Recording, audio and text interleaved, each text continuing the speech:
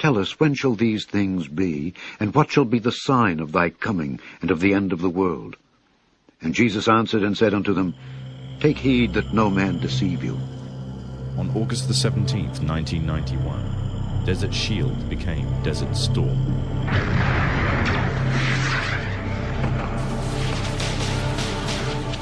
The conflict was witnessed by millions through the eye of CNN and the BBC, showing propaganda of the systematic eradication of Saddam's forces by a coalition far superior in technological, political, and economic power.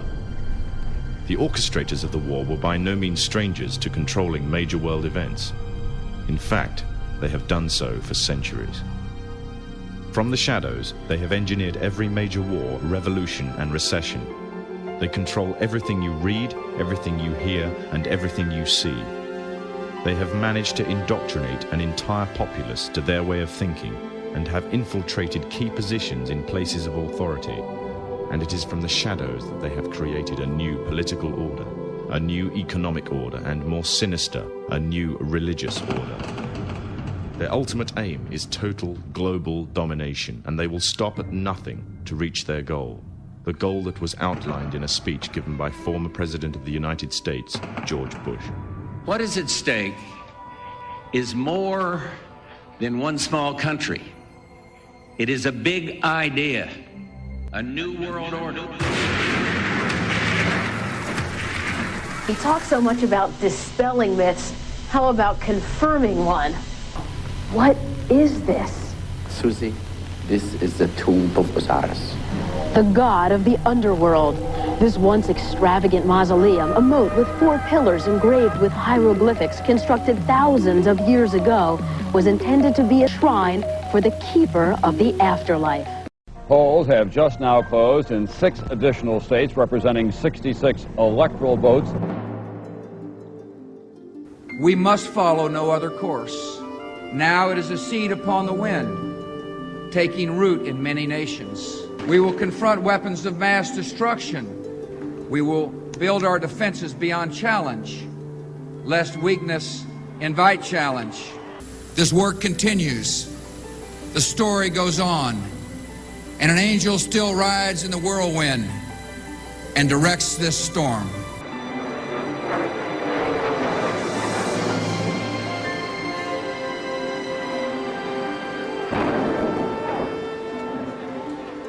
Heard the first one come in. I didn't know what it was. It sounded like a missile. Oh my God, Ed, another plane just hit the World Trade Center.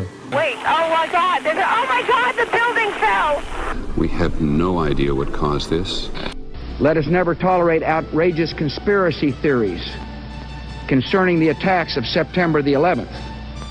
Malicious lies that attempt to shift the blame away from the terrorists themselves, away from the guilty. On the morning of September 11th, 2001, 19 men armed with box cutters, directed by a man on dialysis in a cave fortress halfway around the world using a satellite phone and a laptop, directed the most sophisticated penetration of the most heavily defended airspace in the world, overpowering the passengers and the military combat-trained pilots on 4 commercial aircraft before flying those planes wildly off course for over an hour without being molested by a single fighter interceptor. These 19 hijackers, devout religious fundamentalists who like to drink alcohol, snort cocaine, and live with pink-haired strippers, managed to knock down 3 buildings with 2 planes in New York, while in Washington, a pilot who couldn't handle a single-engine Cessna was able to fly a 757 in an 8,000-foot descending 270-degree corkscrew turn to come exactly level with the ground, hitting the Pentagon in the Budget Analyst Office, where DoD staffers were working on the mystery of the $2.3 trillion that Defense Secretary Donald Rumsfeld had announced missing from the Pentagon's coffers in a press conference the day before, on September 10th, 2001. Luckily, the news anchors knew who did it within minutes. Osama bin Laden. The pundits knew within hours. Osama bin Laden. The administration knew within the day. Terrorists who committed these acts and those who harbored them. And the evidence literally fell into the FBI's lap. That a hijacker's passport was found blocks from the World Trade Center crash site, if you can believe that. But for some reason, a bunch of crazy conspiracy theorists demanded an investigation into the greatest attack on American soil in history. That investigation was delayed, underfunded, set up to fail, a conflict of interest, and a cover-up from start to finish. It was based on testimony extracted through torture, the records of which were destroyed. It failed to mention the existence of WTC-7, Able Danger, P-TECH, Sibel Edmonds, OBL and the CIA, and the drills of hijacked aircraft being flown into buildings that were being simulated at the precise same time that those events were actually happening. It was lied to by the Pentagon, the CIA, the Bush administration, and as for Bush and Cheney, well, no one knows what they told it because they testified in secret, off the record, not under oath, and behind closed doors. It didn't bother to look at who funded the attacks because that question is ultimately of little practical significance. Still, the 9/11 Commission did brilliantly answering all of the questions the public had, except most of the victims' family members' questions, and pinned blame on all the people responsible, although no one so much as lost their job, determining the attacks were failure of imagination. Because nobody in our government, at least, and I don't think the prior government that could envision flying airplanes into buildings. Except the Pentagon, FEMA, NORAD, and the NRO. The DIA destroyed 2.5 terabytes of data on Able Danger, but that's okay because it probably wasn't important. NIST has classified the data that they used for their model of WTC-7's collapse, but that's okay because knowing how they made their model of the collapse would jeopardize public safety.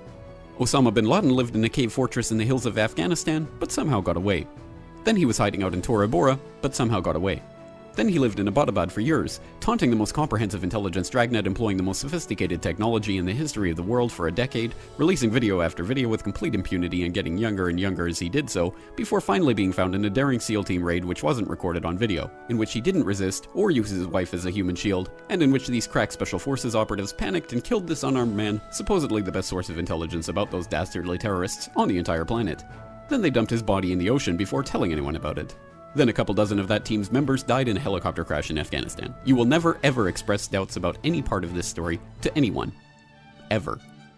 And I'm referring to Nimrod, who some scholars also identify as Gilgamesh of Sumerian fame, Apollo of Greek fame, Osiris of Egyptian fame, and this Gilgamesh was a giant who a lot of people didn't even believe was anything more than myth until his grave marker was found a few years back. And then, according to some people, the military swooped in and took possession and control of that dig. Hey, Tom, I want to interject something. I talked to a special operations general who was there when Gilgamesh's remains, and his words were he was in a state of remarkable preservation, okay? He said they have Gilgamesh's remains. So if they have Gilgamesh and he is Nimrod, they got it. And the whole point was to extract the DNA. When the Iraqi regime fell in April 2003, the Iraqi Museum in Baghdad and museums in other provinces such as Mosul, Basra, and Babel were exposed to theft for 2 consecutive days. The theft was carried out by local and international networks as well as Iraqi and Arab agents. It is estimated that 170,000 artifacts were stolen, 15,000 of which have no registration records. The most important of these artifacts are the Sumerian cuneiforms, which represents the philosophy of life and death. Many date back to Mesopotamian times, more than 4,000 years ago. Artifacts pertaining to the civilizations of the Sumerians, Babylonians, and Chaldeans, and others that go back thousands of years in history, were taken away from the land of the 2 rivers.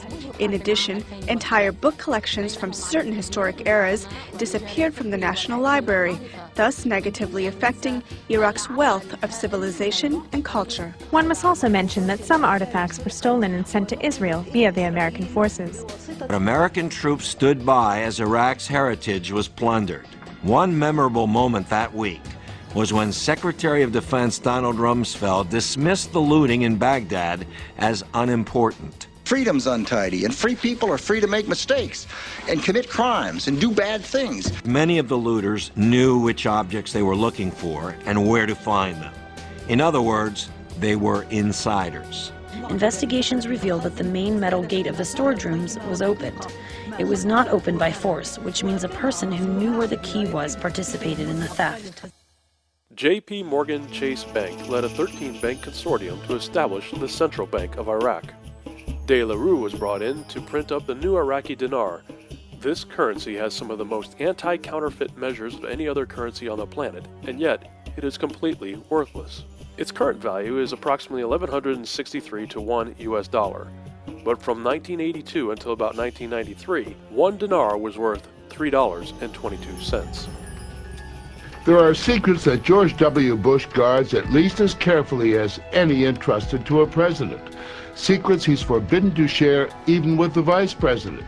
Secrets he's held ever since his days at Yale, where in his senior year, like his father and his grandfather, he belonged to Skull and Bones, the elite secret society whose members include some of the most powerful men of the 20th century. President Bush has tapped 5 fellow bonesmen to join his administration. Most recently, the head of the Securities and Exchange Commission, William Donaldson, Skull and Bones, 1953. Bones is not restricted to Republicans. Yet another bonesman has his eye on the Oval Office. Senator John Kerry, Democrat, Skull and Bones, 1966. You both were members of Skull and Bones, a secret society at Yale. What does that tell us? Not much, because it's a secret. Is there a secret handshake? Is there a secret code?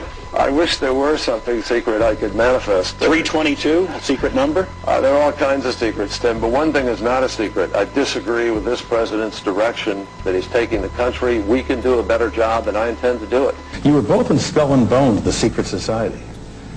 It's so secret we can't talk about it. What does that mean for America? The conspiracy theorists are going to go I'm wild. sure they are. I don't know. I haven't seen the web. Number 322? First of all, he's not the nominee, and look, I look forward. Are you prepared to lose? No, I'm not going to lose. Saddam, Saddam, Saddam, Saddam, Saddam, Saddam, Saddam, Saddam, Saddam, Saddam, Saddam, Saddam, Saddam Hussein. War and danger. Continuing danger. Hour of danger. Very, very dangerous world. The evil terrorists. Terrorists, terrorists, terrorists, terrorists, terrorists, Terrorist, terrorist, terrorist, terrorist. terrorists, terrorists, terrorists, terrorists, terrorists, terrorists, terrorists, terrorists, terrorists, terrorists, terrorists. Dramatic changes now beginning to occur. John Kerry with 77 electoral votes and George Bush with 66. These men are like this. The only thing that unifies them are Skull and Bones. Skull and Bones will still keep control of the presidency. By our efforts, we have lit a fire as well. A fire in the minds of men. It warms those who feel its power. It burns those who fight its progress. And one day, this untamed fire of freedom will reach the darkest corners of our world.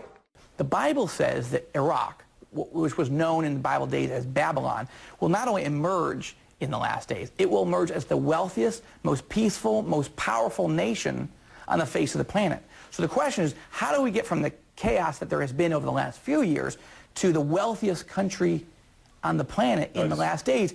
Something must get better. Right. So people ask me, are we making Iraq safe for the Antichrist or safe for democracy? And it's a little bit of both.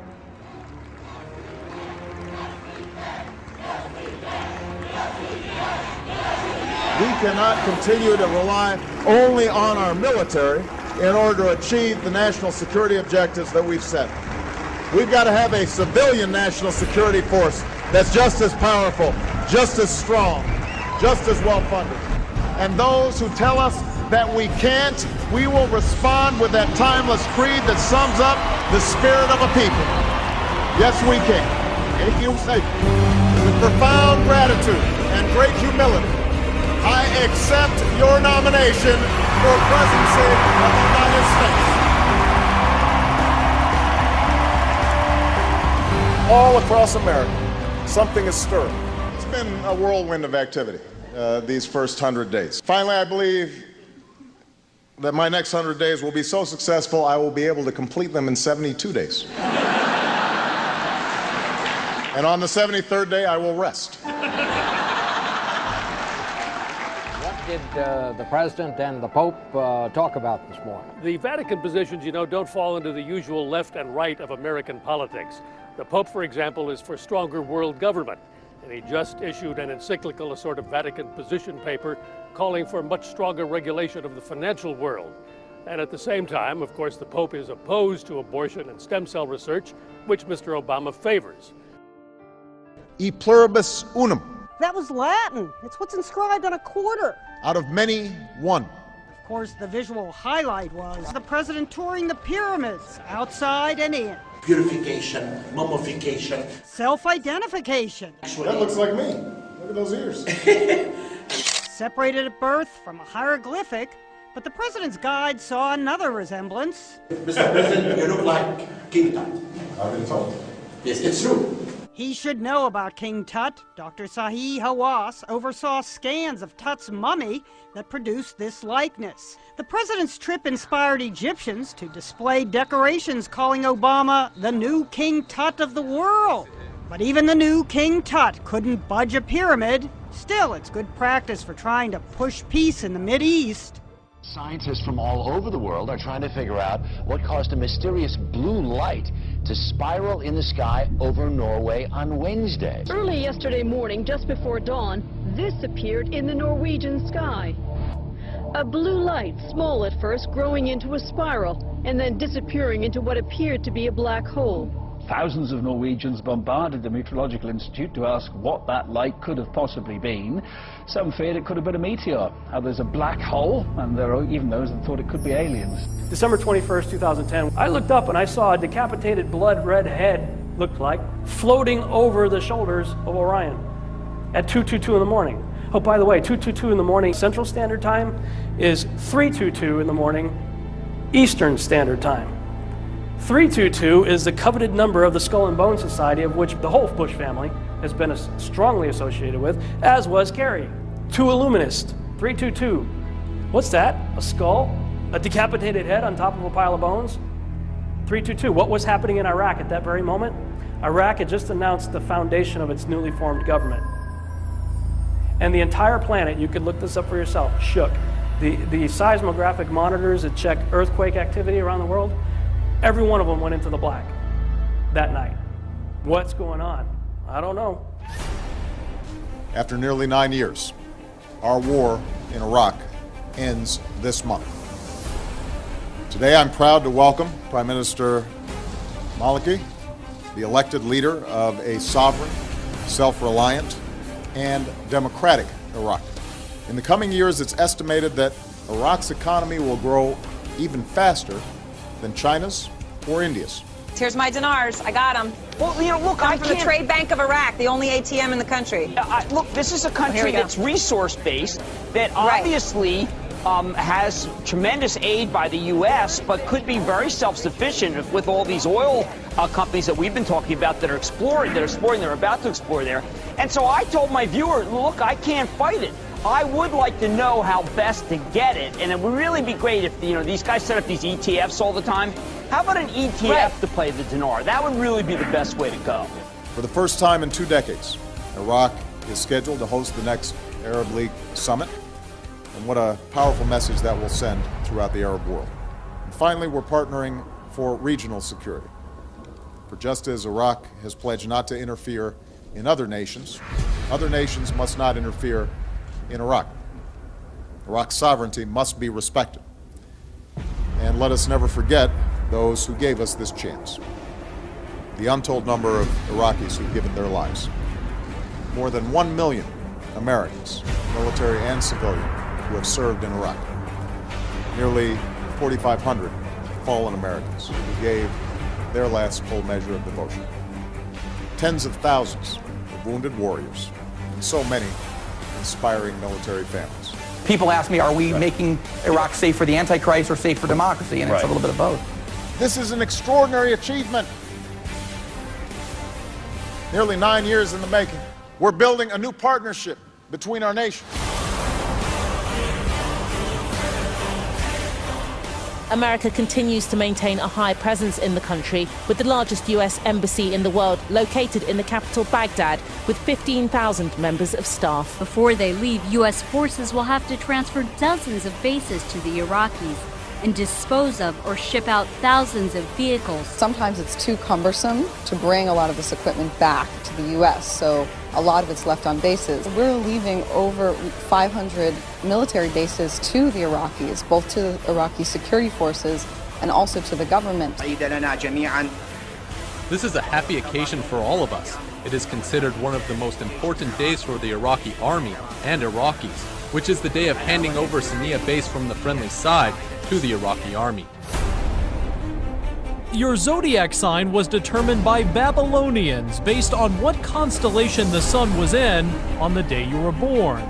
But astronomers at the Minnesota Planetarium Society point out things have changed over thousands of years. The Earth has shifted on its axis and shifted us up one sign on the zodiac wheel. Right between November 29th and December 17th, there is a new sign. It is Ophiuchus. The constellation is a dude wrestling a snake.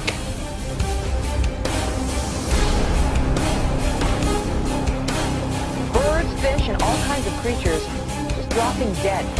8,000 dead turtle doves in Italy. Hundreds of birds dead in Rockwell, Texas. 500 red-winged blackbirds in Louisiana. 3,000 dead red-winged blackbirds in Arkansas. Several hundred dead in Kentucky. On the fish, several hundred snapper fish in New Zealand. Thousands of dead fish in Florida. 40,000 devil crabs in the UK. 80,000 drumfish in Arkansas. 2 million spotted croakers in Maryland in the last 2 weeks. So this is all a sign of the apocalypse. But as the days of Noe were, so shall also the coming of the Son of Man be. Plans to allow scientists to create embryos that are part human and part animal are sent for approval by the official regulator in Britain.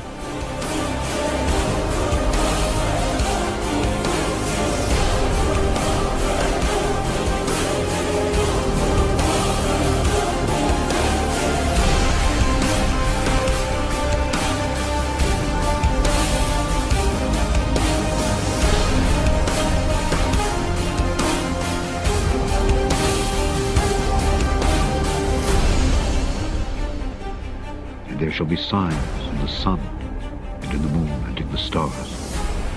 And upon the earth, distress of nations with perplexity. The sea and the waves roaring. Men's hearts failing them for fear, and for looking after those things which are coming on the earth. For the powers of heaven shall be shaken.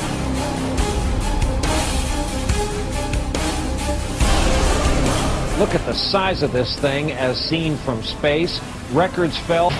Biggest snowfall in recorded history. 100 million people will be impacted by this storm. That's 1/3 the population of the United States.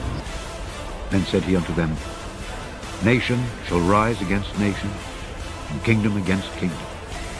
And great earthquakes shall be in divers places, and famines and pestilences, and fearful sights and great signs shall there be from heaven.